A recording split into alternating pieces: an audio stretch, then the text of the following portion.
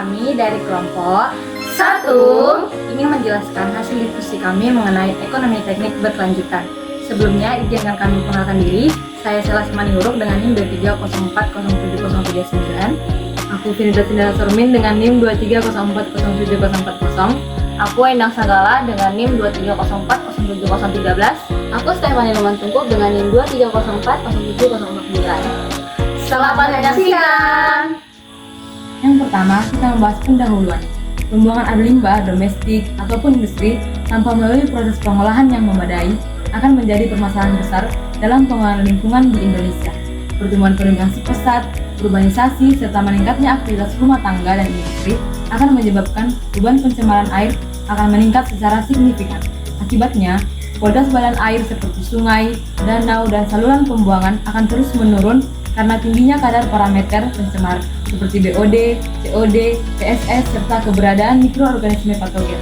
Pembangunan instalasi pengolahan air limbah ataupun IPAL merupakan langkah teknis yang penting untuk melindungi kesehatan masyarakat, menjaga kelestarian ekosistem, dan memenuhi standar baku mutu limbah cair. Meskipun demikian, penerapan IPAL masih menghadapi berbagai hambatan, baik dari segi teknis, pendanaan, operasional, maupun tingkat keterlibatan masyarakat. Sekarang kita akan bahas latar belakang dari laporan ini. Sejumlah studi di berbagai daerah di Indonesia mengungkapkan bahwa pengolahan air limbah masih menghadapi berbagai tantangan, baik di kawasan pedesaan maupun perkotaan. Di Sidoarjo, kualitas air limbah belum memenuhi baku mutu. Di Gunung Kidul, keberlanjutan IPAL sangat dipengaruhi oleh faktor sosial, ekonomi, dan partisipasi masyarakat. Sedangkan di Jakarta, beberapa parameter seperti total coliform masih melampaui batas standar. Kondisi ini menunjukkan bahwa banyak badan air penerima limbah mengalami penurunan kualitas akibat sistem IPAL yang belum berfungsi optimal, serta perencanaan yang belum memperhatikan kondisi lokal dan aspek pemeliharaan jangka panjang. Oleh karena itu, pembangunan IPAL perlu dirancang secara terpadu dengan mempertimbangkan faktor teknis, sosial, ekonomi, dan lingkungan agar pengolahan limbah lebih efektif, efisien, dan berkelanjutan. Nah, selanjutnya kita masuk ke pemodelan siklus riset dan masalah ekonomi teknik. Dalam bidang teknik lingkungan sendiri, konsep pemodelan siklus dan analisis ekonomi teknik tidak hanya berkaitan pada proses alami, tetapi juga mencakup perencanaan, pembangunan, serta pengelolaan infrastruktur. Terus, biar si pengelolaan ini lebih efisien, berkelanjutan, dan layak secara finansial.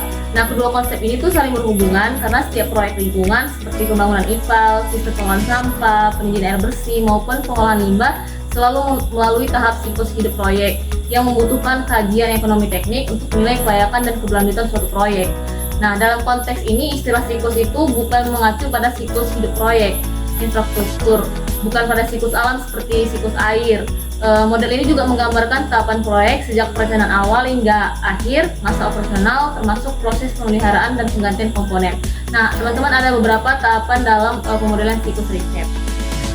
Yang pertama itu observasi atau pengamatan. Jadi kita harus menemukan pengolahan air limbah domestik masih belum berjalan dengan baik. Banyaklah instalasi IPAL yang tidak berfungsi optimal karena keterbatasan dana serta kurangnya pemeliharaan rutin.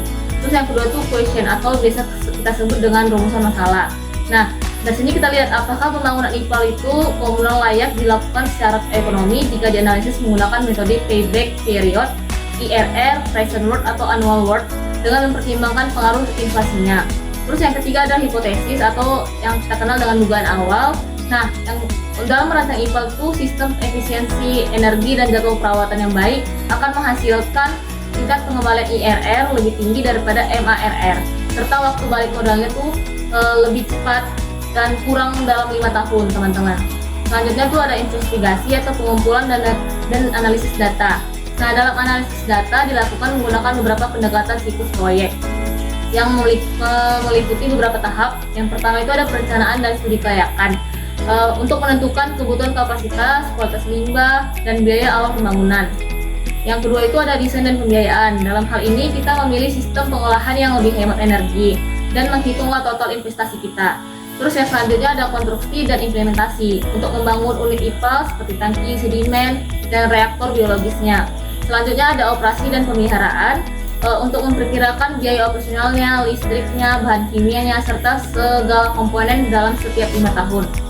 Yang terakhir itu ada evaluasi dan reimplementasi untuk menilai kinerja setiap sistem dan menghitung biaya perbaikan setelah proyek berjalan sekitar 10 tahun. Nah, model-model ini membantu menghitung biaya siklus hidup yang menentukan parameter ekonomi utama seperti IRR, payback period, present worth, dan annual worth. Nah, yang terakhir itu ada evaluasi dan presentasi. Tahap akhir dalam siklus proyek yang berfokus pada penilaian umur, aset, dan kinerja IPAL secara keseluruhan.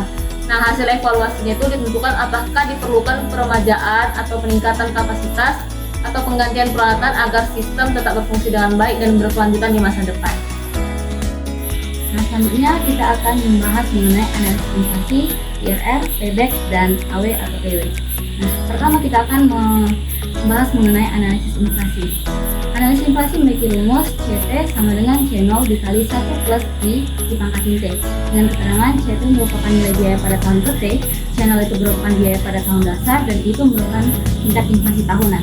Nah, dalam analisis ini, tingkat inflasi dimasukkan ke dalam estimasi biaya tahunan agar hasil perhitungan lebih realistis dan mencerminkan kondisi ekonomi aktual. Nah, dengan demikian, nilai arus kas tahunan yang sebesar 250 juta telah dianggap mempresentasikan kondisi setelah memperhitungkan pengaruh inflasi rata-rata selama masa operasi.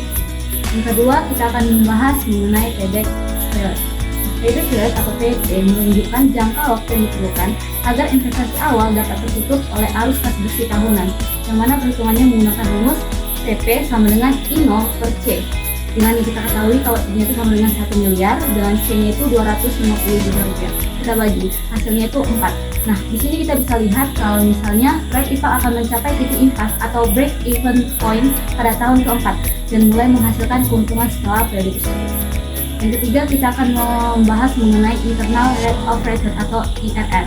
Nah, nilai IRR dihitung dengan mencari tingkat suku bunga yang membuat nilai kini bersih atau net present value atau yang kita sebut sebagai NPV yang sama dengan 0.